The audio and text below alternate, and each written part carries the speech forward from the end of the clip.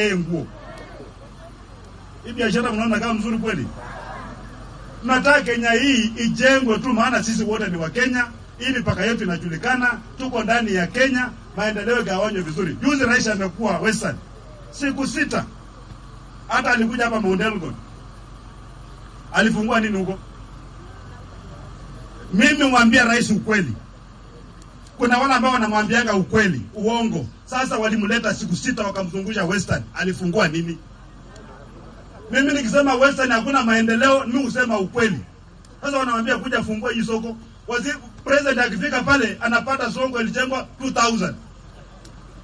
Na umeweka kibao hapa officially opened by his excellency. Mimi kama leo nikitoka naambia jibu na angusha hiyo kitu. Wanampeleka mahali pengine kwenda kufungua transformer. Rais wa Kenya. Hata hapa Trans Nzoia kuna wakati rais alikuja hapa, tukazunguka na yeye tukapeta pale Molem. Wanapeleka president kwenda kufungua tapu ya maji. Hadi kuna ngolo Kiptoko di water supply hadi maji imefika hapa. Mimi nilikuwa naomba Mungu hii maji wamefungua wasiwache iteremke kwa dakika 10. Maana hiyo ndio tangi maji ingekwisha. Maana nikatangi kameka kule nyuma, rais anakuja kufanya nini? Ulonji. Wanakudanganya, rais hao watu wanakudanganya. Sikiza watu ambao wanakuambia ukweli. Hii upande wa magharibi hakuna maendeleo. Na kuna watu wawili wamekaa na wewe huko. The Trans Nzoia governor, George Nata, has completely erased the gains that were made by William Samoei Ruto. For 6 days, if at all, there were any gains that were made in the Western nation, the so-called Mulebe nation. Ladies and gentlemen, I strongly believe that George Nata is going to play a crucial role as far as the 2027 general elections is concerned. Don't be surprised to see him somebody's running mate. Don't be surprised to see him on the ballot as a presidential candidate. And George Nata has a number of advantages. And these are the advantages that I want us to analyze here. Ladies and gentlemen, number one, in my view, the fact that Raila Amolo Odinga may not be on the ballot can only be advantageous to George Nata, the Trans Nzoia governor. The fact that the Mulebe nation is trying to bolt out of Azimio is something that is very, very interesting. If you listen to the people from the Mulebe nation, you agree with me that they don't feel that they are part of ODM. I'm looking at Edwin Sifuna, the Nairobi super senator, and this is just an example of people who believe that they need to cast their own direction. They need to have maybe even their own party that is very, very different from the current parties that are there. So the fact that Raila will not be on the ballot can only make George Nata very, very relevant. Number two, in my view, is that George Nata has the people behind him. In fact, the people are going to propel him to greater heights. I don't see any other leader in the Western nation who has the backing, who has the support of the Mulebe nation than George Nata. You may talk about Okiya Mtata.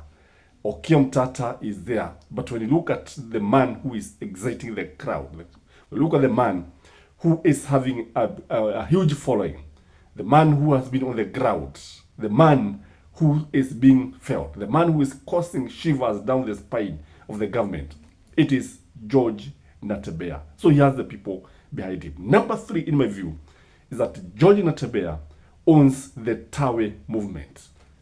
Tell me any other person who can use Tawe and excite the crowd. And let me ask you, who do you think owns the Tawe movement? Is it Wetangula? Is it Oparanya? Definitely no. The person associated with this movement, and it has a lot of advantage, is George Nata. And this one is going to ensure that many people are actually behind him. this will only make him more influential and more relevant as far as 2027 general elections is concerned. The other thing that this man has, the other advantage is courage. This man is very courageous. Look at the way he is addressing William Samoei Ruto, telling him that he's coming to launch a tap. Telling him that he's coming to launch a transformer. It is interesting. It is also very ironical. And the fact that, courageous leaders have advantage over others, because you see, people trust leaders who are courageous. People actually despise cowards. And I think even the good books despise cowards. The society despise cowards.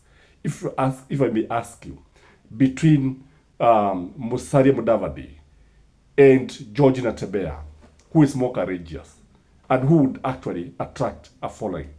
Number 4, in my view, is that this man is also a very good orator. Combined with oratory skills comes also humor. He employs humor. The way he is talking about launching a tap, a transformer, and it's very, very interesting, because you see, it is both ironical and humorous. And leaders who are fond of using humor attract crowd. And that is one way of winning the hearts and minds of voters. William Samoei Ruto employed this in 2022, and anytime he would talk, he would make a lot of humor. Even when he was the deputy president of the Republic of Kenya, when he was working with Uhuru Muigai Kenyatta, most of the time he would employ this style, and it works so well. Raila Amolo Odinga also is known to employ humor. But if your talk is usually dry, imekauka kama jangwa la Sahara, and you realize that people will not be attracted to whatever you are saying. The other thing is that when you look at him, you see somebody who can actually take advantage of the fatigue of Musalia Mudavadi and this man, Moses Wetangula. This fatigue. When you look at it, truth be told, the people of Western are completely fed up with these two gentlemen. The people of Western have been fatigued. And what I'm realizing is that it is not only these leaders who are actually causing what I would call a political fatigue. Even Raila Amolo Odinga is causing this fatigue.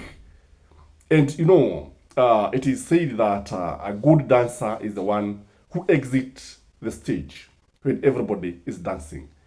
So these guys should have exited the stage and leave it to people like Natebea and other coming leaders.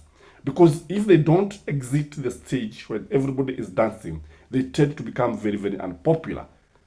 Instead of leaving it to these guys, they have they have chosen to continue dancing, which is wrong in my view. So George Natebea, when you look at him, he is also a serious leader. This country requires somebody who is serious, somebody who can be trusted, somebody who can carry the nation, somebody who can also stand and say, I stand for this. And George Natebea is going to attract many people. In fact, any person who wants to win the Mulebe nation must go through George Natebea. Just like Mishuki told the Gema nation that, not the Gema nation, the country, that anybody who wanted to win the Gema votes must come through Uhuru Muigai Kenyatta. That was then. I repeat the same in Mulebe nation. I don't know what you think, ladies and gentlemen, but that's just my opinion from where I sit. Let me know what you think, and please like the video. You can share.